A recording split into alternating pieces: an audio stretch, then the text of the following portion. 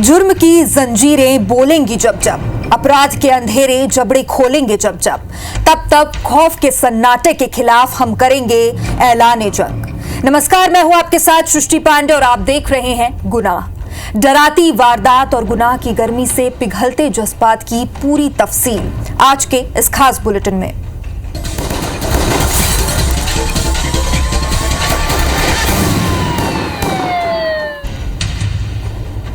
बात माया नगरी मुंबई में हुए एक वारदात की, जो सुनकर हर कोई हैरान है। यहां मां के सामने ही 2.5 साल की बच्ची की बलात्कार के बाद हत्या कर दी गई।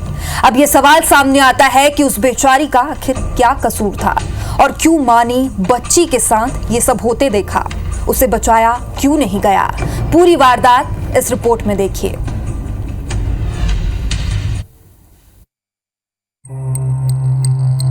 ढाई साल की मासूम, हैवान ने पहले किया बलात्कार, फिर सुला दी मौत की नींद। मां खड़ी देखती रही। मुंबई के मालवनी इलाके से इंसानियत को शर्मसार करने वाली एक खौफनाक वारदात सामने आई है। यहाँ एक 2.5 साल की मासूम की हत्या कर दी गई। उसके पहले एक हैवान ने अपनी हवस में बच्ची के साथ बलात्कार किया और ये सब हो रहा था बच्ची की मां के सामने। वो खड़ी देख रही थी और यहाँ मासूम चीख रही थी, लेकिन न वो हैवान रुका और न ही मां ने कुछ किया, क्योंकि जिसने बच्ची का बलात्कार किया उसे मार डाला वो कोई और नहीं बल्कि उस कलयुगी मां का बॉयफ्रेंड ही था। मुंबई में 30 साल की महिला और उसके 19 साल के बॉयफ्रेंड को 2.5 साल की बेटी के साथ बलात्कार और हत्या के आरोप में गिरफ्तार किया गया है। दोनों आरोपियों के खिलाफ भारतीय न्याय संहिता की विभिन्न धाराओं के साथ पॉक्सो अधिनियम की धारा 6, 10 और 21 के तहत केस दर्ज किया गया है। इस वारदात का खुलासा तब हुआ जब पीड़ित बच्ची को इलाज के लिए मुंबई के मालवनी जन कल्याण नगर के एक सरकारी अस्पताल में ले जाया गया। वहां डॉक्टरों ने जांच के बाद बच्ची को मृत घोषित कर दिया, लेकिन मेडिकल जांच के दौरान पता चला कि बच्ची के प्राइवेट पार्ट पर गंभीर चोट है। इसके बाद अस्पताल प्रशासन ने पुलिस को इस मामले की सूचना दे दी। फिर पुलिस की टीम मौके पर पहुंची और शव को अपने कब्जे में ले लिया। पुलिस जांच के दौरान पता चला कि बच्ची की मां के 19 साल के एक लड़के से प्रेम संबंध हैं। यह भी पता चला कि आरोपी महिला का 3 साल पहले तलाक हो गया था। उस वक्त वो गर्भवती थी। तलाक के बाद ही उसने बच्ची को जन्म दिया था। इसी दौरान उसका आरोपी लड़के से प्रेम संबंध बन गया। वह अपनी मां के घर पर रह रही थी। पुलिस ने बताया कि बीती रात आरोपी ने मां के सामने ही बच्ची से बलात्कार किया। पीड़ित बच्ची दर्द से चीखती रही, लेकिन उसकी मां उसे बचाने नहीं आई। बच्ची की हालत खराब होने पर दोनों उसे अस्पताल लेकर पहुंचे, जहां डॉक्टरों ने उसे मृत घोषित कर दिया। आरोपी महिला ने डॉक्टर्स को करने की भी कोशिश की, कहा कि उसकी बेटी मिर्गी से पीड़ित है, लेकिन डॉक्टर्स ने पुलिस को इस पूरे मामले की सूचना दे दी और फिर पुलिस ने दोनों आरोपियों के खिलाफ केस दर्ज करते हुए उन्हें गिरफ्तार कर लिया है। Bureau report IBC 24।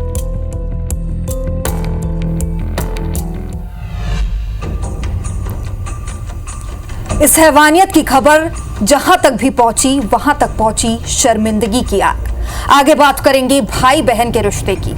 भाई बहन का रिश्ता दुनिया का सबसे नेक रिश्ता माना जाता है। दोनों के बीच प्यार होती है, तकरार होती है, लड़ते झगड़ते हैं, लेकिन एक दूसरे का हमेशा साथ देते हैं। लेकिन हम जिस भाई बहन की जोड़ी आपको दिखाने जा रहे हैं, जो स्टोरी आप तक पहुंचा रहे हैं, उन्होंने इस हद तक एक दूसरे का साथ दिया कि अब भाई जेल में है और बहन फरार है। देखिए।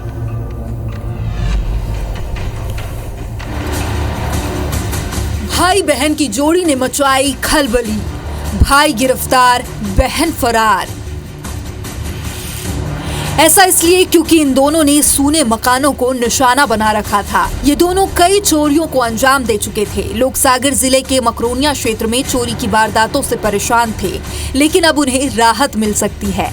पुलिस ने एक ऐसे गिरोह का भंडाफोड़ किया है जिसमें एक भाई बहन की जोड़ी शामिल थी। ये जोड़ी सुनसान और खाली मकानों को निशाना बनाकर चोरी की घटनाओं को अंजाम देती थी। पुलिस को गुप्त सूचना मिली थी कि मकरोनिया के एक सुनसान मकान में संदिग्ध लोग रह रहे हैं। तुरंत कार्रवाई करते हुए पुलिस ने छापेमारी की, जहां आरोपी युवक को गिरफ्तार कर लिया गया, जबकि उसकी बहन मौके से फरार हो गई। पुलिस ने मौके से चोरी का सामान भी बरामद किया है, जिसमें नकदी, मोबाइल फोन और कीमती सामान शामिल है। मामले में मकरोनिया थाना प्रभारी ने बताया कि फरार युवती की तलाश तेज कर दी गई है और जल्द ही उसे भी गिरफ्तार किया जाएगा। कुछ दिन पहले कुछ चोरियां लगातार हो रही थी, सीसीटीवी फुटेज लगातार देखे जा रहे थे, तो जिसमें आइडेंटिफाई हुआ था कि एक लड़का और एक लड़की दोनों मिलकर घरों में चोरियां करते हैं। तो उस पर आगे जाके इन्वेस्टिगेशन किया तो एक व्यक्ति इसमें गिरफ्तार हुआ है, पंकज भार्गव नाम का। उसकी गिरफ्तारी हुई, उससे कुछ सोने चांदी की जेवरात वगैरह जब्त हुई और उसमें इन्वेस्टिगेशन जारी है। वहीं इलाके के लोगों ने पुलिस की तत्परता और सजगता की सराहना की। ये घटना एक बार फिर चेतावनी देती है कि खाली मकानों की सुरक्षा को लेकर लापरवाही भारी पड़ सकती है। पुलिस ने लोगों से अपील की कि वे ऐसे मकानों पर नजर रखें और किसी भी संदिग्ध गतिविधि की सूचना तुरंत पुलिस को दें। शिवम दत्त तिवारी, IBC 24 सागर।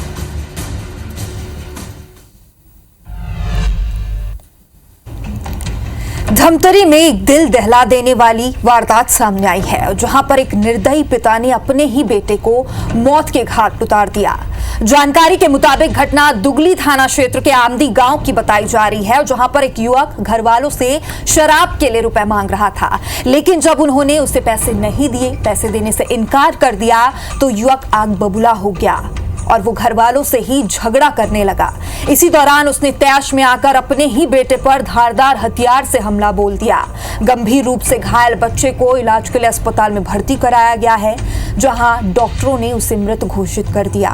परिजन की शिकायत पर पुलिस ने मामला दर्ज किया और आरोपी को अब हिरासत में ले लिया है। थाना दुगली के अंतर्गत एक व्यक्ति है संजय मरकाम, जिसने अपने 3 वर्षीय पुत्र का कुल्हाड़ी से मारकर हत्या कर दी है, जिस पर हमने मर्डर कायम किया हुआ है। आगे विवेचना की जा रही है। अभी प्रारंभिक कारण समझ में नहीं आया है, इसमें इन्वेस्टिगेशन की जा रही है। उसके पिता शराब का आदी था, ऐसा बात आई हुई है, लेकिन अभी हम उनका एक्चुअल कारण जानने का प्रयास कर रहे हैं। आरोपी गिरफ्तार कर लिया गया। सूरजपुर में विराट सॉल्वेंट प्लांट में करीब 50 से ज्यादा लोगों ने हमला कर जमकर उत्पात मचाया। बदमाशों ने प्लांट में मौजूद कर्मचारी मारपीट की और करीब 27 लाख रुपए लूट लिए। मारपीट से लोगों को गंभीर चोट आई है। दोनों को जिला अस्पताल में भर्ती किया गया है, जबकि फैक्ट्री को लगभग 1 करोड़ रुपए का नुकसान हुआ है। घटना की जानकारी मिलने के बाद पुलिस बल बड़ी संख्या में वहां पर पहुंची और हालात को नियंत्रित किया। ये पूरा मामला सूरजपुर के नेवरा गांव स्थित विराट सॉल्वेंट प्लांट का है, जहां पर बड़ी संख्या में बदमाश शाम करीब 7 बजे लोहे की रॉड और हथियार से लैस होकर प्लांट के अंदर घुसे। लगातार फैक्ट्री में तोड़फोड़ शुरू कर दी और इस दौरान प्लांट में रखे दस्तावेजों को आग के हवाले भी कर दिया। खड़ी वाहनों में जमकर तोड़फोड़ की गई है। प्लांट को भी जबरदस्त नुकसान पहुंचाया गया है। इस दौरान प्लांट के मालिक समेत एक कर्मचारी पर जानलेवा हमला किया गया, जिसमें दोनों के सिर पर गंभीर चोटें आई है। फैक्ट्री संचालक के अनुसार यह पूरा मामला फिरौती से जुड़ा हुआ है, जबकि पुलिस ने जांच शुरू कर दी है।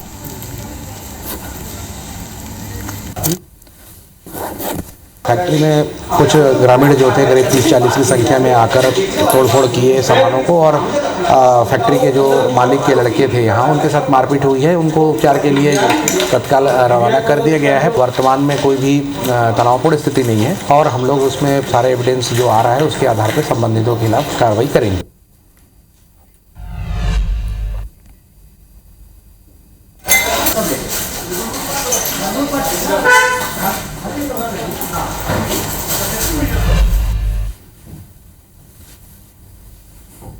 सूरजपुर के सॉल्वेंट प्लांट और राइस मिल में जहां पे करीब 50 की संख्या में जो सामाजिक तत्व के लोग हैं वो घुसते हैं। आप देख सकते हैं कि ये सॉल्वेंट प्लांट का ऑफिस है, जहां पे करीबन बताया जा रहा है कि 50 की संख्या में अज्ञात लोग यहां पे आते हैं और पूरे ऑफिस को तहस नहस कर देता। और जो संचालक है उनका साफ तौर पे आरोप है कि यहाँ पे आज मजदूरों को पैसा भुगतान करने के लिए लगभग 27 लाख रुपए रखे गए थे, उसको भी यहाँ से जो 50 की संख्या में जो लोग आए थे वो लूट करके यहाँ से ले गए हैं। आप देख सकते हैं कि जो ऑफिस है उसकी स्थिति कैसी है।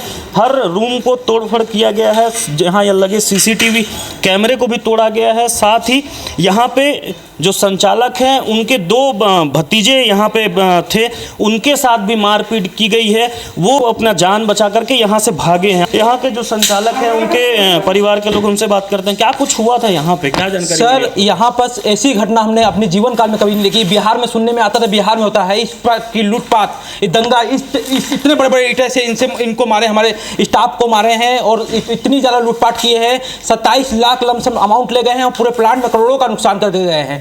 कोई ऐसा एरिया नहीं है जहां उन्होंने चोट नहीं पहुंचाई। ये 15-20 आदमी भड़का के गांव वालों को लेके आए हैं। वो वसूली मांग रहे थे, हमने वसूली देने से मना किया तो एक साथ वो हमला कर दिया हमारे ऊपर। और सभी स्टाफ घबरा रखे हैं। हमें पुलिस की फुल प्रोटेक्शन चाहिए, फुल हम प्रशासन चाहिए, हाथ जोड़ के रिक्वेस्ट करते हैं कि आप पे कड़ी से कड़ी कार्रवाई की जाए। अभी स्थिति यहाँ पर तो क्या, बाहर में जितने गेट के बाहर आप देखे होंगे, गेट के बाहर 40 से 50 आदमी सब रखे हैं। पुलिस प्रशासन के होते हुए भी उन लोगों को इतना साहस बढ़ गया है कि बोल रहे हैं कि आप लोग रात भर में यहाँ से निकल जाओ, नहीं तो आप सबको मार दिया जाएगा। देख सकते हैं ये जो कर्मचारी हैं वो भी डरे हुए हैं। फिलहाल जो पुलिस है वो मौके पे पहुंच चुकी है और जो आसपास के इलाके हैं वहां पे पुलिस बल जो है वो तैनात किए जा रहे हैं। जो इस प्रकार से तोड़फोड़ की गई है वो एक सूरजपुर के लिए बड़ी घटना है। नितेश गुप्ता, IBC 24 सूरजपुर। और अब बात करेंगे ज्योति की, देश की मशहूर यूट्यूबर ज्योति मल्होत्रा की। जब से पाकिस्तान कनेक्शन सामने आए हैं हर कोई हैरान है। ज्योति की पाकिस्तान के लिए जासूसी की जांच जैसे जैसे आगे बढ़ रही है, रोज बड़े और चौंकाने वाले राज खुल रहे हैं। जांच एजेंसियों को अब ज्योति की डायरी हाथ लगी है। इसमें लिखी बातें ज्योति के पाकिस्तान प्रेम को जगजाहिर कर रही है। देखिए ये रिपोर्ट।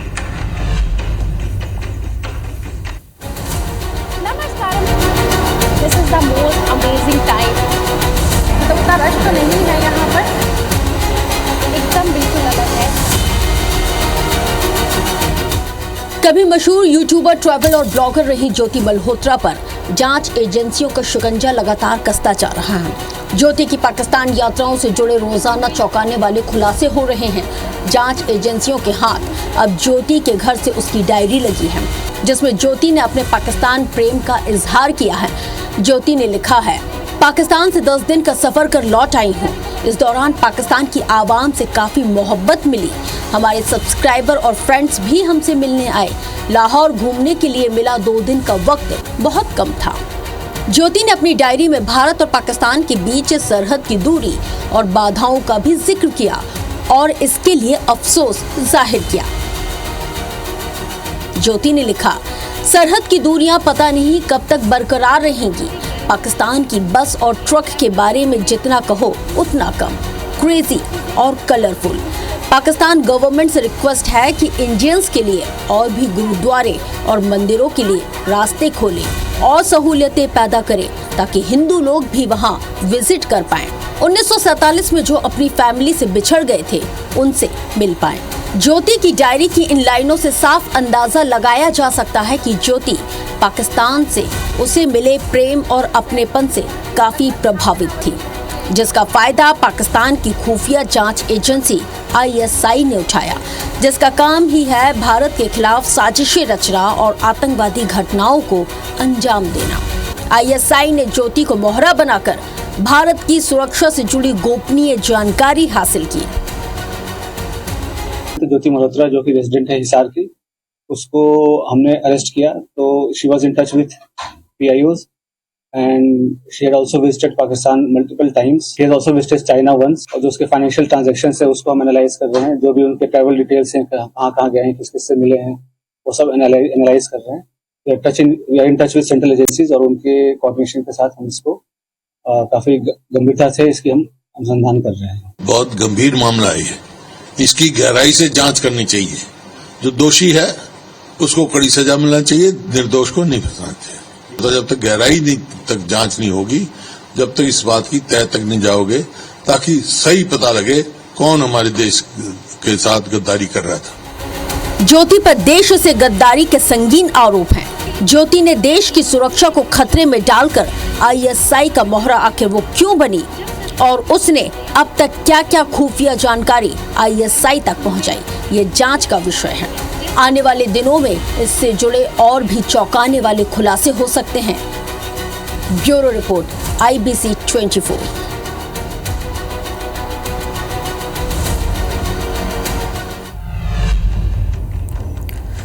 तो इस वक्त पूरे देश में जासूस ज्योति मल्होत्रा की खूब चर्चा है। जब से ज्योति जांच एजेंसियों के रडार में आई है, तब से कई बड़े राज खुले हैं। ज्योति को लेकर एक और खुलासा हुआ कि वो लग्जूरियस लाइफ जीने की शौकीन थी। बड़े बड़े होटल, क्लब, महंगा खाना, देश के कोने कोने में घूमने का बहुत शौक था और शायद यही वजह थी कि ज्योति एक आम लड़की से जासूस बन गई। ज्योति की ग्लैमर लाइफ पर एक रिपोर्ट देखिए।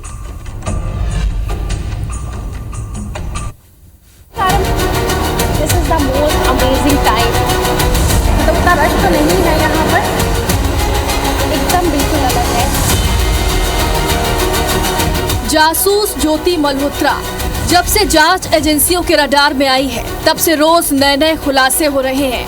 खुलासे भी ऐसे जिसे सुनकर हैरानी इस बात की हो रही है कि आखिर कोई चंद पैसों के लिए देश के साथ गद्दारी कैसे कर सकता है। पाकिस्तान के लिए जासूसी करने के आरोप में पकड़ी गई ज्योति मल्होत्रा ने अपने करियर की शुरुआत मात्र 20,000 रुपए की नौकरी से की थी। ज्योति को हर महीने 20,000 रुपए सैलरी के तौर पर मिलते थे। वो हरियाणा के हिसार में एक कॉलोनी में एक 55 गज के मकान में रहती थी।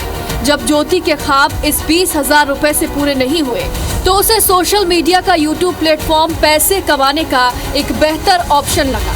धीरे धीरे उसे ग्लैमर मिलने लगा और इसके साथ ही उसकी इनकम भी होने लगी। आरोप है कि बाद में ज्योति ने पाकिस्तान के लिए जासूसी करना भी शुरू कर दिया था। ज्योति की गिरफ्तारी के बाद पता चला कि वो कितनी लग्जरियस लाइफ जीती थी। ज्योति के यूट्यूब चैनल ट्रैवल विद जो पर लाखों सब्सक्राइबर हैं और वो दुनिया भर में घूमती रहती थी, जिसमें पाकिस्तान भी शामिल है। उसकी कमाई भी लाखों में होती थी। यूट्यूब के जरिए वो विज्ञापन, ब्रांड प्रमोशन, स्पॉन्सरशिप से भी अच्छी खासी कमाई करती थी।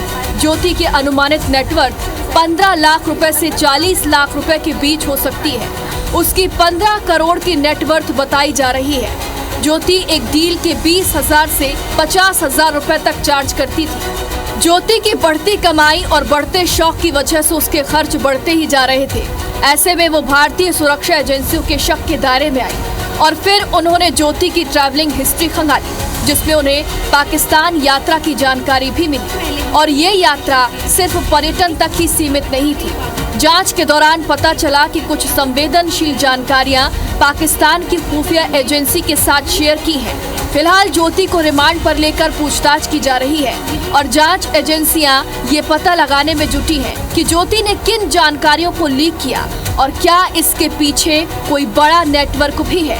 यदि आरोप सिद्ध होते हैं तो उन पर राष्ट्रद्रोह और राष्ट्रीय सुरक्षा अधिनियमों के तहत गंभीर धाराएं लग सकती हैं। Bureau report, IBC 24। तो ज्योति की जासूसी की कहानी बड़ी फिल्मी है। जांच में जो जानकारियां सामने आई वो बड़ी चौंकाने वाली है। पुलिस लगातार उससे पूछताछ कर रही है और दबे हुए राज उगलवाने की कोशिश में जुटी हुई है। पुलिस ही नहीं, अलग अलग एजेंसियां भी ज्योति पर सवाल दाग रही है। क्या है वो 12 सवाल, देखिए इस रिपोर्ट में।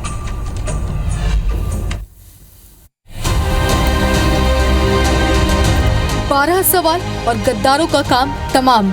जी हाँ, ज्योति समेत 12 आरोपी इस वक्त पुलिस की गिरफ्त में हैं। इन सभी पर आरोप है कि ये हिंदुस्तान से गद्दारी करके पाकिस्तान से यारी कर रहे थे। गिरफ्तार आरोपियों की लिस्ट में तमाम तरह के लोग हैं। इन 12 लोगों से जो 12 सवाल पूछे गए वो एक्सक्लूसिवली हमारे साथ लगे हैं, जो आपको जानना जरूरी है। सवाल नंबर 1, पाकिस्तान कब कब गए और वहाँ किन किन लोगों से मिले। सवाल नंबर 2, और कौन कौन पाकिस्तान इंटेलिजेंस ऑपरेटिव के संपर्क में है। सवाल नंबर 3, दानिश से गजाला और यामिन का क्या है कनेक्शन। सवाल नंबर 4, पाकिस्तान में कितने लोगों को जानते हैं। सवाल नंबर 5, ज्योति पाकिस्तानी उच्चायोग में पार्टी में कैसे शामिल हुई? सवाल नंबर 6, पाकिस्तानी अधिकारी दानिश से क्या कनेक्शन है? सवाल नंबर 7, पाकिस्तान में ज्योति के ठहरने घूमने के खर्चों का इंतजाम कौन करता था? सवाल नंबर 8, ज्योति की विदेश यात्राओं में खर्चे की फंडिंग कहां से होती थी? सवाल नंबर 9, पाकिस्तान में ज्योति को वीआईपी ट्रीटमेंट क्यों मिल रहा था? सवाल नंबर 10, ज्योति को पाकिस्तान पुलिस की सुरक्षा क्यों मिलती थी? सवाल नंबर 11, ओडिशा की प्रियंका के साथ ज्योति का क्या संबंध है? सवाल नंबर 12, पाक हाई कमीशन क्यों गए थे ज्योति और गजाला?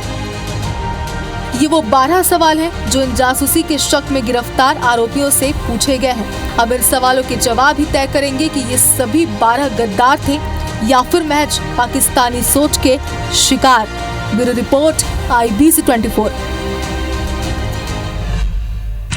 तो इसी के साथ गुनाह में आज के लिए इतना ही। कल फिर आएंगे गुनाहों की नई खबरों के साथ और रूबरू करवाएंगे ऐसी क्राइम स्टोरी से जो रात के अंधेरे में दस्तक देती है, जिन्हें बेखौफ अपराधी दिन के उजाले में अंजाम देते हैं, जिन कहानियों में छिपी होती है रंजिश, लालच, हवस, जलन की भावनाएं।